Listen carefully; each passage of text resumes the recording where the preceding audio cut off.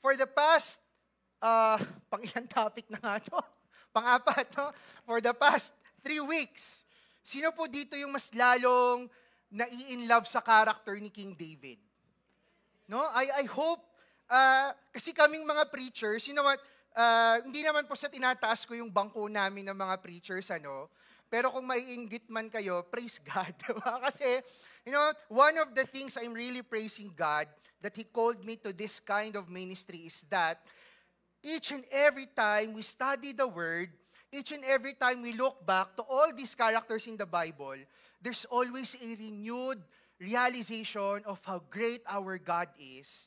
You know, and there's always a renewed affirmation that if we will choose to live a life fully devoted to God, nakaka-excite yung mga pwedeng mangyari. No? And as we are looking back in the life of King David, nung bata pa po ako, just to share lang, sino po ang nakaabot dito nung Sunday schooler pa ako? Huwag mahiya, no? Kasi po, you have been a great influence sa life ko. Di ba? Imagine for how many years nakikita ko kayo sa church, di ba? And I've listened to the things that you have been sharing, Sa mga nakakakita na po sa akin, simula nung Sunday schooler pa ako, di ba? Sobrang bait na bata. Talagang, ang behave Super behave Sunday schooler. Talagang love na love ako ng mga Sunday school teachers ko. Diba? Praise God for their lives. No? Talagang na-experience ko yung unconditional love of the Lord. Diba? When I was still a kid growing up, sobra talagang adore na ako kay King David. Sobra talagang hangang-hanga na ako kay King David. Kasi imagine, 12, mga roughly ganong edad, before teenage years niya, tumalo na siya ng giant. Di ba? And then he became a king, became the greatest king of Israel, I'm not sure if it was yesterday or the other day, I saw in YouTube si Karen Davila. Pumunta siya sa Israel, nag-tour siya doon, tapos may tour guide, dinidiscuss ko ano yung itsura ng kingdom ni King David. I hope one day makapunta din kami doon ng wife ko just to see kung gaano katindi yung naging kingdom ni King David. Now, for the past 3 weeks, we've been studying his character, and it's our goal that as we have a deeper appreciation of who this man is, magkaroon din tayo ng reflection. And it's our desire that all of us would aim to be like King David, a man after God's own heart. Hindi naman po lingid sa kaalaman ng karamihan sa church, kung ano yung nangyari sa family namin. Pero minsan nakakatawa si God Kasi the last time I preached, di ba? Kung natatandaan niyo yung topic, pursuing God's heart when things don't go your way. Di ba? And I've said in that preaching that even God will not do miracles in your life, He's still a God who does miracles. Amen? If God will not grant healing sa atin, He is still a God who heals.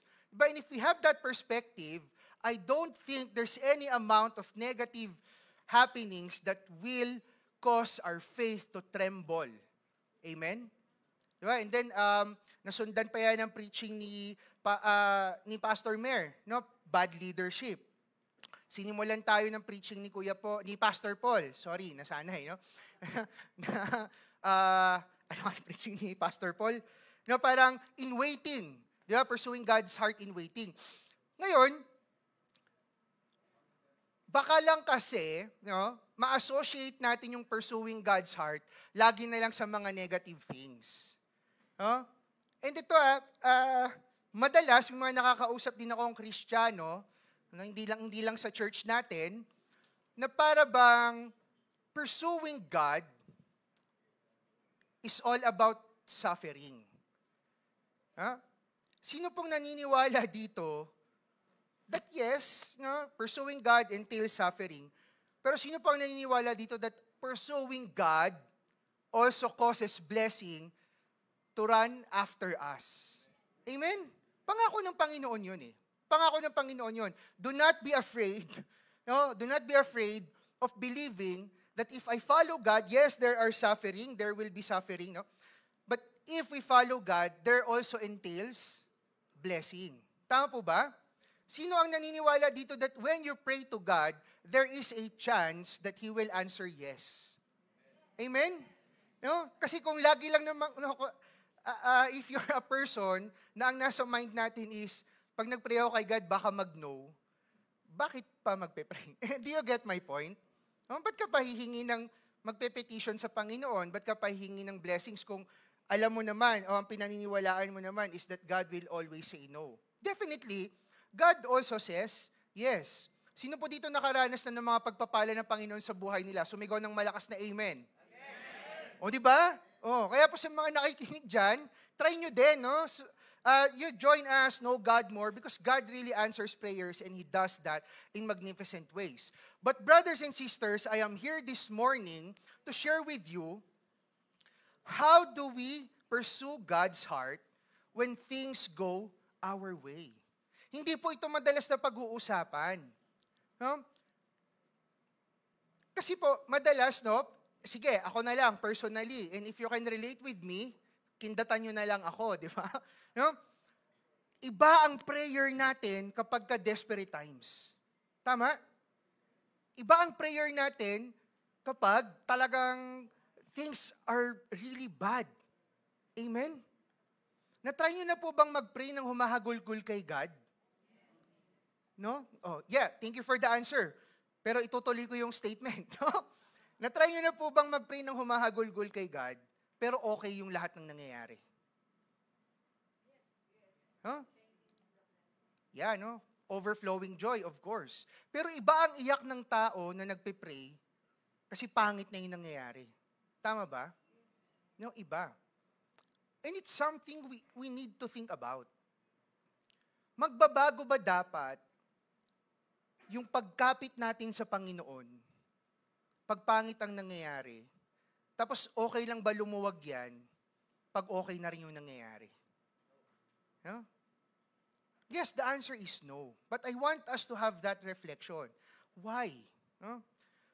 Growing older, I am fond of watching Net Geo na yan ngayon National Geographic.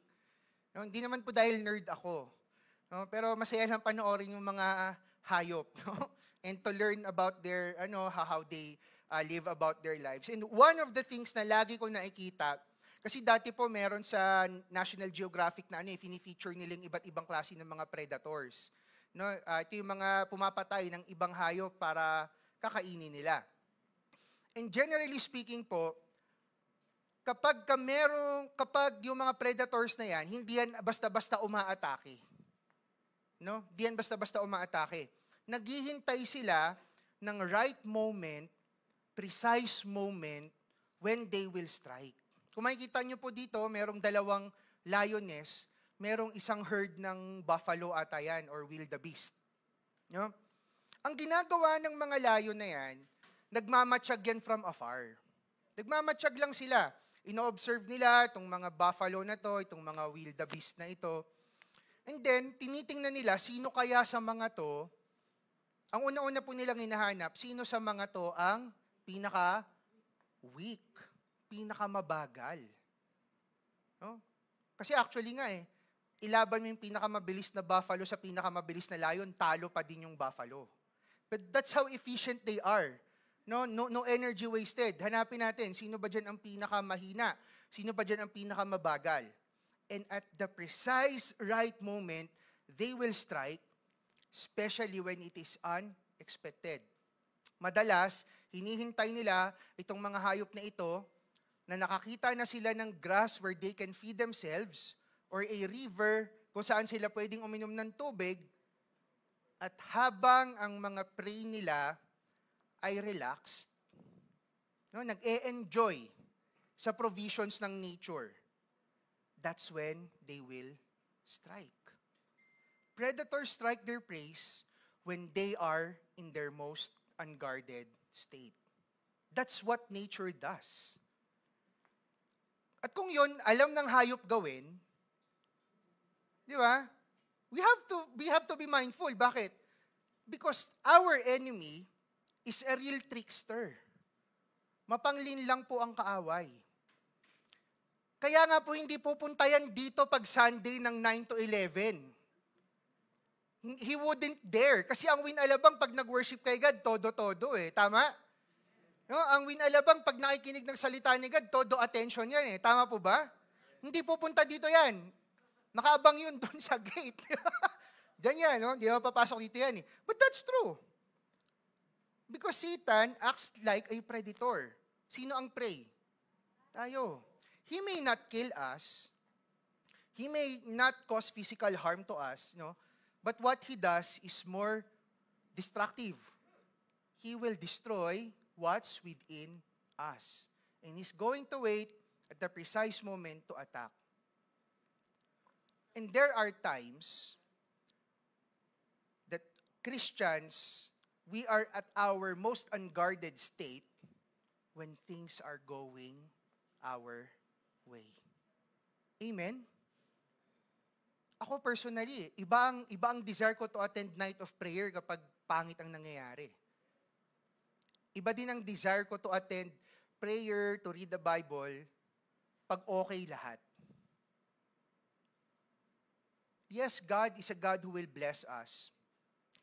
But we also have to be mindful to still guard our hearts in those moments. Why? Because unguarded moments reveal who we truly are inside. When, alam niyo po yun, pag nandun tayo sa state that our guards are down, doon lumalabas yung ating natural tendencies. Yan yung bigla tayong napapabulyaw, yan yung bigla tayong natataranta, di ba? Ako po, yung nangyari kay Papa, hindi naman namin yun nakaschedule eh. Di ba? Hindi man nakaschedule yun na, sa Thursday. Walang ganon. It just happened. It happened so fast. No? And at those moments, tapon lahat nung nasa mind natin. What will come out is our natural tendencies. That's how our physique is built. No? But here's the good news. Ang mind po natin, parang muscle yan. We can work it out. Kung ang physical muscle natin, pwede tayo mag-gym para lumakas yung binubuhat natin, our minds, pwede rin po natin tong i-calibrate. It has to be a consistent habit of calibrating our mind dun po sa ating desired tendencies. At the end of this preaching, this is what I want us to realize. If we fail to see God as the ultimate blessing, His blessings will take us away from Him. Hindi po masama ang humingi ng blessing kay God. In fact, gusto ni God, sa Kanya tayo humihingi ng pagpapala. Amen po ba? No, Winalabang, I want us to have that kind of faith and conviction. Yes, we are to carry our cross daily and follow God, but He is also a God who bless. But we have to be mindful. Kasi if the time comes na ang perspective natin ng ultimate blessing is hindi na si God, chances are, those blessings will take us away from Him. Whether in good or bad, ang hinihintay lang po ni Satan, ang hinihintay po ng enemy, is the moment that our hearts and minds are not fixed unto the Lord. Do you hear me? Whether in good or bad, yun lang naman ang hinihintay ni Satan eh. Hindi si Satan naghihintay ng masamang pangyayari. Hindi siya naghihintay ng magandang pangyayari. Ang hinihintay niya, yung hindi na tayo nakafocus kay God. If things are bad, we can lose our focus from the Lord. Amen? No, of course. But even when things are good, we can lose our focus from God. Yun lang ang hinihintay ni Satan. Now this morning, let me share with you a story kung paano yun na-exemplify ni David. Kasi aside from, sino ba yung anak niya? Aside from King Saul, Solomon, wala na ako ibang maisip din na taong nabuhay who had all the success he could ask for. It's David. And he is a fervent follower of God. Now, what instance yung atin pong pag-aaralan, no? For us to learn or to see how David continued to pursue God's heart even if things are going his way. Of course, our topic for this morning, kukunin po natin yan sa 2 Samuel. Ayan, no? And just a brief, summary of the story of David so far. Kasi last na to, di ba? This is the last topic for King David. Nag-start ang career ni David nung tinalo niya si Goliath. Tama? No? Talagang ang galing, natalo niya eh. And then nung natalo niya si Goliath, nagselo si King Solomon, di ba, King Saul, di ba nagtago siya? O yan yun, no? Sana nakikita, yan yung may pinunit siya eh, just to show King Saul na he had the chance pero hindi niya pinatay. Ayan, thank you. Sige. Ayan, tapos yan, naging hari na siya. Di ba? And then, okay. Naging hari na siya, ayan, yung topic natin, di ba? Na-fall siya kay Bathsheba, tapos nagsisi siya sa Panginoon. Okay, now ngayon naman, ang pagkukwentuhan na natin, nung si David ay matanda na. So eto na yung mga nangyari, hindi naman nung pabagsak na yung career ni David, pero nung siya po ay matanda na. As great as a man King David was, hindi po siya exempted sa pagtanda. Hindi siya exempted dun sa, baka may ma-offend sa akin eh. Hindi siya exempted sa pagtanda, yun na lang. Siyempre physically, magbabago yung ano niyan. Si David, kilalang warrior siya eh. Now, let's start our story from 2 Samuel verse 21, chapter 15 to 17. Just for us to see kung ano yung naging effects ng pagtanda ni David. Sabi dyan, there was war again between the Philistines and Israel, and David went down together with his servants, and they fought against the Philistines. Ano sabi dyan? And David grew weary. So kahit gaano ka-train si David sa pakikipagbakbakan, alam niyo po ba, bago pa ni David labanan si Goliath, pumapatay na yan ng mga layon. No? Kasi pinaprotect niya yung kanyang sheep eh. So talagang batak si David sa labanan. But this time, in chapter 21, during battle, David grew weary. Napapagod na siya. And then may nakakita sa kanya, si Ishbi-Benob. Tongue twister yung pangalan. One of the descendants of the giants. Ang Philistines po kasi lahi ng mga higante yan. No? At nung nakita ni Ishbi-Benob na pagod na si David, whose spear weighed 100 shekels of bronze, and who was armed with a new sword, thought to kill David. Sabi niya, ito na yung chance, pagod na yung king nila. Ako, ang legendary na makakapatay kay King David. But Abishai, the son of Zeruiah, came to his aid and attacked the Philistine and killed him. So naligtas si David. Then David's men swore to him, ayan na, you shall no longer go out with us to battle, lest you quench the lamp of Israel. King, bawal na po kayong sumama sa amin sa labanan. Hindi na lang nila sinabi, no? Kasi hindi nyo na po kaya. Hindi nyo na po kayo makipagsabayan, no? Siyempre, king yun eh. Ang sabi na lang nila, King, please, wag na po kayong sumama. Kasi pag namatay kayo, babagsak ang moral ng nation. We have to protect you. But, kaya nila nasabi yun, kasi nga, si David, physically, he's not the same. Nung time na tinalo niya si Goliath, nung nananakop sila, he's no longer the same king, physically. But what we can see is that, King David's men had the utmost respect and reverence to him. Tama? Buti na lang, no?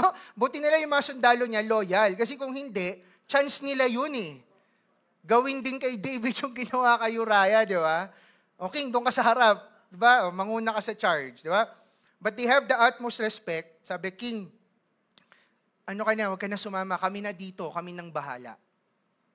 Pagbabasahin natin to further, maiintindihan din natin kung bakit si David ay nagtiwala. Question, if you are leading a group, tapos tingin natin incompetent yung mga kasama natin, titigil ba tayong gumawa ng ginagawa natin? Hindi, di ba? Hindi. Ipagkakatiwala nyo ba yon? Hindi. Di ba? Kasi alam nyo, walang makakasalo eh. Now, eto po, no? Natatandaan ko, when I first read this when I was young, tumatakbo talaga yung imagination ko. Kasi in the next verses na babasahin natin, it's as if fini-feature yung best warriors ni King David. Wala, sorry baka hindi makarelate lahat. Wala kasi akong ibang maisip na analogy kung hindi video games. Mortal Kombat, no? Sorry. Wag niyo na po i-search yun, no? Medyo masyadong brutal yung game na yan, no? But anyway, kasi doon sa game na yan, pag pipili ka ng character, makikita mo yung stats nun. Di ba? Gano'n siya kalakas, gano'n siya kabilis, makikita mo yung specialty. Pipili ka. Ay, ito, gusto ko to kasi magaling siya sa ganito, ganyan, no? Ganito yung itsura po noon. Basahin natin. These are the names of David's mighty warriors. Joshebeb. Sige, tulungan niyo po ako magbasa. 1, 2, 3, go. Atakimanite was chief of the three.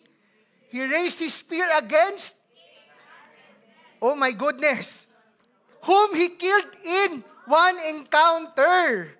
My goodness. Sana naglalaro yung imagination natin. No? Paano yun? Ayoko mag-martial arts dito kasi magmumukha akong geek eh. Pero na-imagine ko, syempre hindi lang ganun-ganun yun. Di ba? 800 yun eh. In one encounter. He's the chief of the three. No? Amongst the 30 mighty warriors, may top 3 si David. Siya ang pinakamalupit. No? In one encounter, he killed 800 men. Okay, next. Next to him was son of, sige pa, basahin natin. Yung verse 9 lang po muna. 1, 2, 3, go.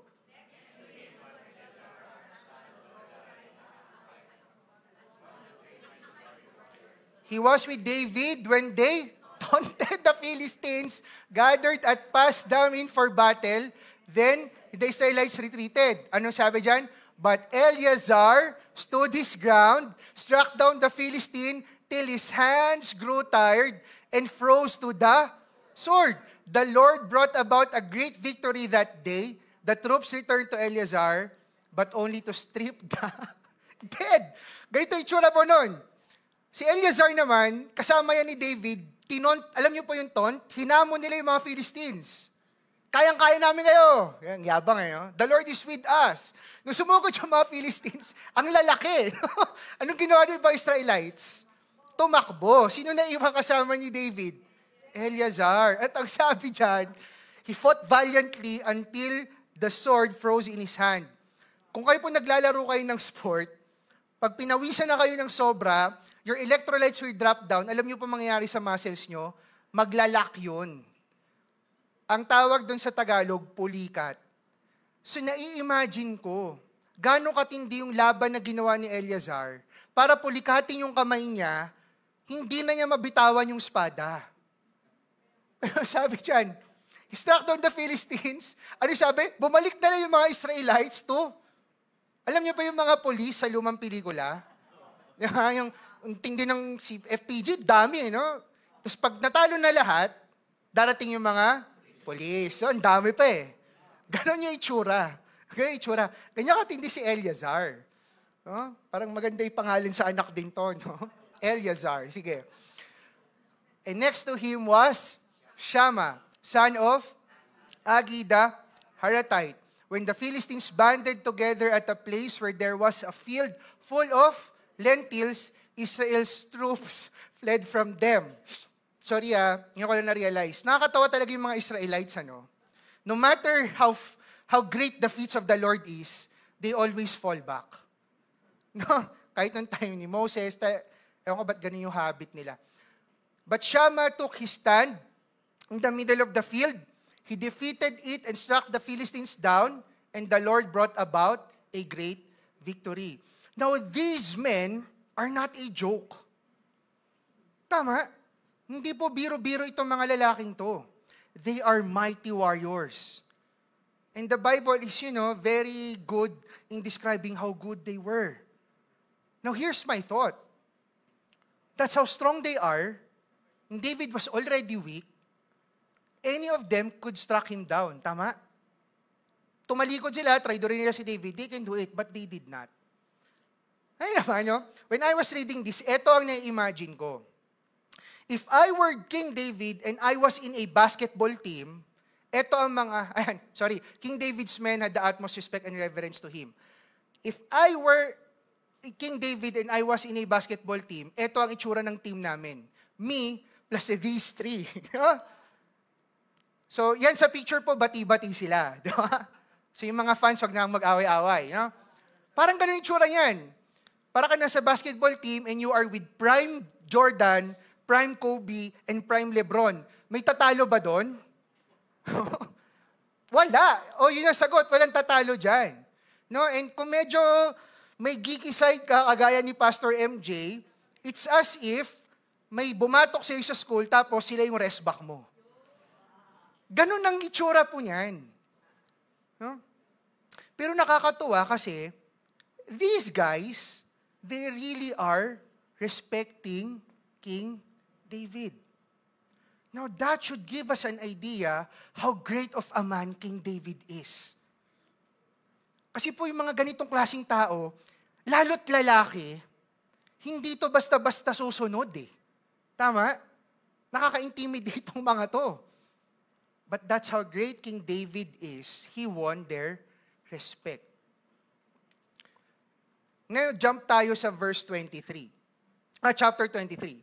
During harvest time, 3 of the 30 chief warriors came down to David at the cave of Adullam, while a band of Philistines was encamped in the valley of Rephaim. At that time, David was in the stronghold and the Philistine garrison was at Bethlehem. So ito na po yung nangyari dyan. Yung Philistines, during this time, nasakop nila yung Bethlehem. So sila David, gusto nilang mabawi yon. Nagtayo rin sila ng kampo somewhere. And then these 3 warriors, pinuntahan nila si King David. Na ito na yung sunod na nangyari. And David said, longingly. Sino po dito nakaranas na mag-crave ng pagkain? Amen. No? Ako po napapadalas ang cravings. No? Di ba, pag nag-crave ka talagang, at that moment, it's as if that's the most important thing in the world. Amen po ba? For women po na pregnant or nakaranas dumaan ng pregnancy, pag yan ang tawag doon? Naglihi, it's as if that's the most important thing in the world. No? Humanap ka ng, yung mga joke nila dati, atis na walang buto. Meron na. Praise God. No? Dati kasi wala. No? May kakaibigan ako, nasa BGC po siya. Ang hiningi sa kanya ng wife niya, adobong mani, yung binibili. Di ba? Iba sa kahanap nun sa BGC. Di ba? So, ganun yung nangyari kay David. He said longingly, oh, that someone would give me water to drink from the well of Bethlehem that is by the gate. Sobrang nag-crave si David for that water. At sa dinami-dami ng water, doon pa sa, gusto niya sa Bethlehem, kung saan nakapalibot ang mga higante. No, yun ang kinikrave niya. Now, trinay ko basahin, bakit doon? No? Bakit doon? No, may mga nagsasabi kasi baka iba daw yung lasa ng tubig doon, refreshing, etc. Pero mas ako naman nai-incline doon sa school of thought na dahil si David sa Bethlehem lumaki, merong sentimental value yung tubig doon. Tama? No? Actually, ngayon share ko lang, no? I'm wearing Papa's watch. At yung salamin niya, pinapalitan ko ng lens. Taas kasi ng grado eh. So ito yung frame niya to. Nung pinagawa namin to ni Karen, sabi ko talaga sa gagawa, ingatan mo to. Alam ko may waiver kayong pinapapirmahan na in the event na masira, wala kayong pananagutan. But so you know, kakalibing lang ng tatay ko kahapon. At eto ang salamin niya. Don't you dare. Don't you dare nasirain yan. No? Kasi gusto ko, di man tayo naniniwala sa superstitions, pero at least lang, di ba? I still have a feel na, kasama ko si Papa, frame niya kasi ito eh. But you know what, she's a very, very good, anong tawag sa kanila, yung nagsaserve doon. Kasi yung goma sa nose, hindi niya pinalitan. Yung lens lang. Kasi sabi niya, sir, sabi niyo kasi sa tatay niyo to.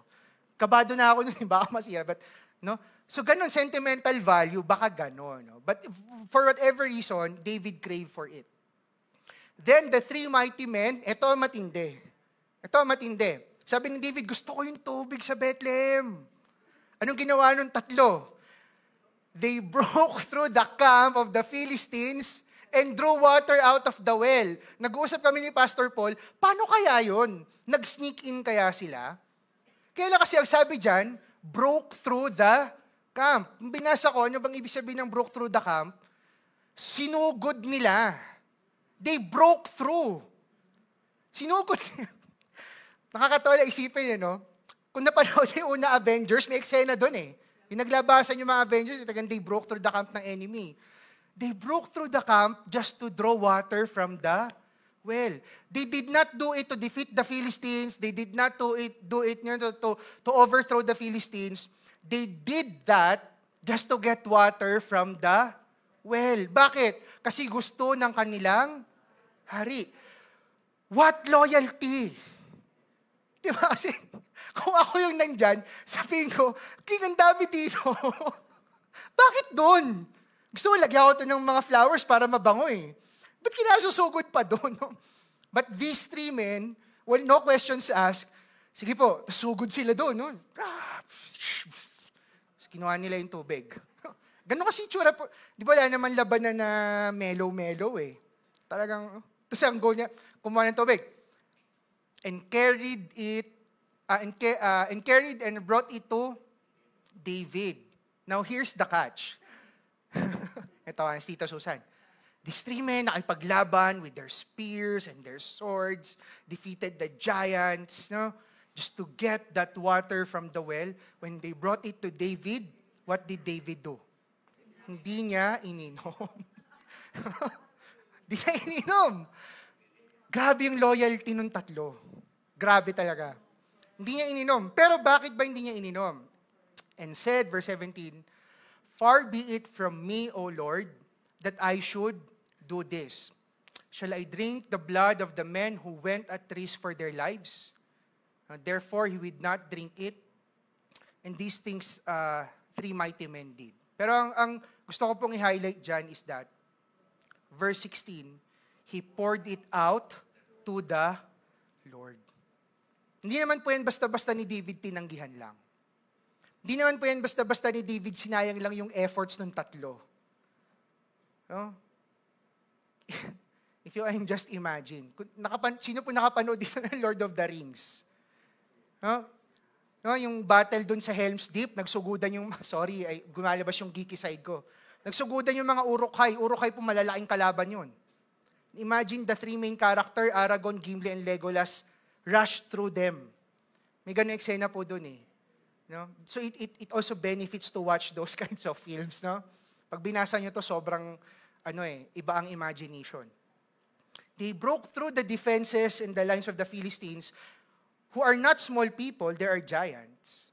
To get water, pagdating kay David, what did David do? He poured it out to the Lord. Hindi sabi dyan, di ba, sa last, these things the three mighty men did. If you will read it, ang dami pang ibang warriors ni David. So ito ang na-imagine ko. Si David, si Sylvester Stallone, yung army niya, yung itong mga expendables, no? Ganun katindi yung hawak ni David na army. No? But yun, balik tayo. David poured it out to the Lord. No, bakit ito mahalaga? Because number one, that water, which those three men risked their life for, represents David's heart's desire at that moment. Diba? Sabi doon, David longingly said, I want to drink that water from the gate. Hindi lang po yun yung natripan lang, no? Longingly. There's a deep craving. So at that moment, that water is his heart's desire. And number two, that water represents the love, devotion, and loyalty of David's men. Imagine, they will break through the camp of the Philistines just to get the water because he asked for it. It represents David's honor. Di po ba? Pag kayo po makakita kayo ng ganun tao, yung mga sumusunod sa kanya, sobrang titindi. Di ba grabe yung respect kahit hindi mo nga kilala yun eh? and the water represents an item of utmost value. Why? Number one, it has a sentimental value for David. And then number two, his best men risked their lives for that. Kung titingnan po natin, at first thought, it would seem like it's such a waste to pour that water. Kasi kanya po itsura nung pour eh. Hindi po yun yung ginanon lang, tapos ininom niya yung iba. He poured it all out. He poured it all out. At first glance, it would seem like it's such a waste. After you desired for it, after God made it possible for you to get it, now it's in your hands, tapos ipo-pour out mo lang. But if we will study the character of David, whatever King David has, he pours it out to the Lord. That even in times that he gets what he wants, his attitude, his heart, is to always pour it out to God. Actually po, may isang verse ako na alala, no? Moving forward, 2 Samuel 24:24. But the king said to Arauna, no, sa David po ito nagsasalita, but I will buy it from you for a price. Sabi ni David, I will not offer burnt offerings to the Lord my God that cost me nothing. That is the heart of David. So David, yung pag-pursue po niya kay God, hindi lang po triggered ng bad times. Ang pag-pursue po ni David kay God, kasi ganito po eh, I want us to reflect, no? Why do we turn to God pag pangit yung nangyayari? Why do we turn to Him? Most of the time, it's because our hope is that He will rescue us. To whose benefit? Sa atin. Tama? And God will do that. No? He's a loving God. But it's another story. Kapag nakuha na natin yung gusto natin, and then our natural tendency is to offer it back to God. Brothers and sisters, that's another level of worship. Nakuha mo na eh. The promotion that you wanted, the success that you wanted, probably kids that you wanted. Now, learning from David, it's my prayer that in this congregation, hindi na po ang usapan is, pangit ba ang nangyayari or maganda ba ang nangyayari? My prayer is that all of us, ang mind at hearts po natin nakaset, that I will be after God every moment. In good and in bad, I will be running after you, Lord. The ironic thing is, ako po na-experience ko rin to eh. The ironic thing sa mga tao, dito po lumalabas yung sabi ko kanina, di ba? Ang times na pag unguarded, nare-reveal yung true nature. Sinasabi natin, let's not treat God as a genie, as a wish maker. But why is it that when God grants the desires of our hearts, biglang, oh Lord, naiintindihan mo naman. Lord, thank you for the promotion. Pero naiintindihan mo naman siguro, Lord, I need to spend time here. Kasi baka mawala yung promotion. Lord, di ka naman nawawala. Alpha and Omega ka, di ba? Di ka naman mawawala. Lord, baka ito mawala eh. Lord, thank you for these kids. Kaya lang, Lord, baka pag mag-spend time more ako sa mga paggagawa mo, baka mapabayaan ko sila. Baka maging bad parent. Lord, thank you for my wife. Step back muna ako, Lord, sa pagpapastora. I want to give her a good life. I want to provide all her needs. Hindi naman masama, Lord eh. But if we will look closely, it will reveal what is our utmost pursuit. Up to what extent can we trust God that even if we get what we want, we can willingly let it go as long as we will do His will. And if we really know that God is faithful, alam naman natin in the end, hindi niya pababayaan eh. if it was Him who provided, it is Him who will sustain, not us. Don't dare to sustain something God gave. Because it came from an infinite God. And if it will dare to sustain it, na tayo po ay finite, ibig sabihin limited, hindi talaga masusustain yan, kapatid. Amen? So the next time, I'm not stopping you to ask things from the Lord. I'm not stopping you to ask big things from God.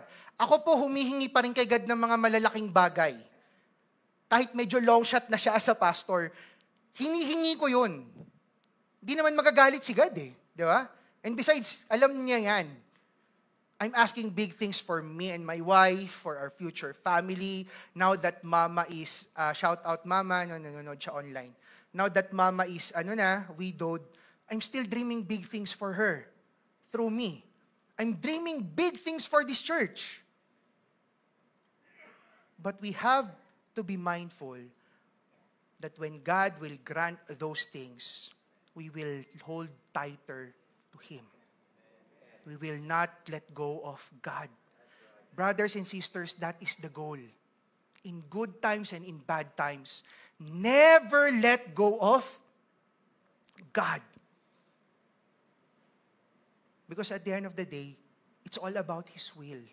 It's all about His purpose. Pag may pinapadaan po si God sa atin na pagpapala, ang maganda po maging tendency natin, Lord, what is your purpose? Lord, thank you. Kasi yung purpose mo, mag-overflow din yung blessing sa akin. Tama ba? If God makes you successful in your business, in your careers, magbe-benefit po kayo dun, di ba? Definitely. But at the end of the day, it's about God's purpose. Now, here's the catch. These things, hindi po ito yung wala kang ginagawa, tapos dumating yung blessing. Ay, sabi ni Pastor MJ, I need to kay God, tapos pupunta tayo kay God. Hindi po ganun yun. Again, that's why I'm giving emphasis kanina sa tendencies. How we trained our minds and our hearts, yun po ang talagang lilitaw in the highest and in the lowest. If we will study the character of David, bata pa lang siya. Ganun na siya. Bata pa lang siya, ibang klase na yung tiwala niya sa Lord. Bata pa lang siya, ibang klase na yung pag-revere niya kay God. That it became so embedded in him that in the highest and in the lowest, that's his response. Now I urge you, brothers and sisters, that starting today, let's make it a habit to always train our minds in our hearts that our greatest pursuit is God. If you are being blessed by the Lord right now, I rejoice with you. Train your mind and your heart to hold tighter to God. If you are right now in your lowest, I mourn with you. Hold tighter to God.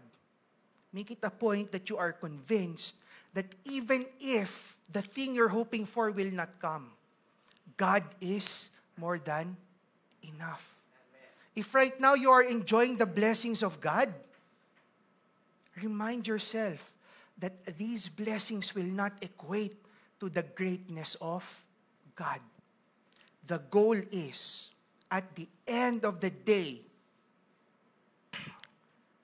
when we reach the finish line, it is God that we are pursuing.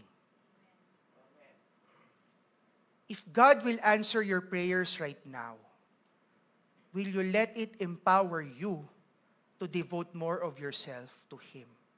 I'm not sure what you are asking for sa Panginoon ngayon, but let's say sagutin nyo ni God. Will you let that blessing empower you to devote more of yourself to Him? If your answer is yes, then answer it with full conviction. Yes, Lord, because my life, everything I have is from you. Everything I have, pinahiram mo lang, Panginoon. My purpose is to fulfill your will.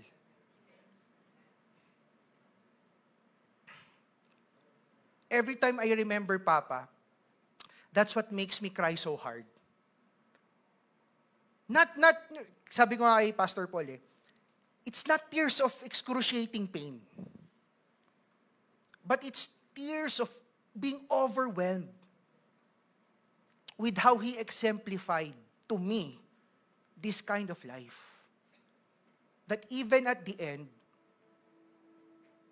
He pursued God. And I saw it during the wait. Don't get me wrong, no? I am not, hindi ko mamayabang ang family namin or si Papa. But we are surprised kasi po, hindi bumaba ng 100 yung uma-attend. And these are coming from different circles. Kalaro niya sa badminton, ka-workmate niya, relatives from Iloilo, churchmates. And they are all saying the same thing. That affirms me that Papa indeed lived his life for God. Kasi wherever he is, he's the same person. Just like King David. And that's something we cannot refute. And I saw how blessed Papa's life was. Even at the death ni Papa, ang dami ko rin nakakausap na matatanda Sana ganun din sa amin, sa akin. That's how faithful God is. And I saw Papa in highs and lows of our lives. Steady siya sa Panginoon. So if the next time you see me crying when I remember Papa, it's not pain. It's an overwhelming joy of seeing how God works, how God moves in the lives of people who devote themselves to Him in the lowest and in the highest. Mga kapatid, if you follow God, there will be highs, there will be lows. Mas intindihin po natin that in every season, we are consistent in the Lord. Whatever you are praying for right now, my heart is with you.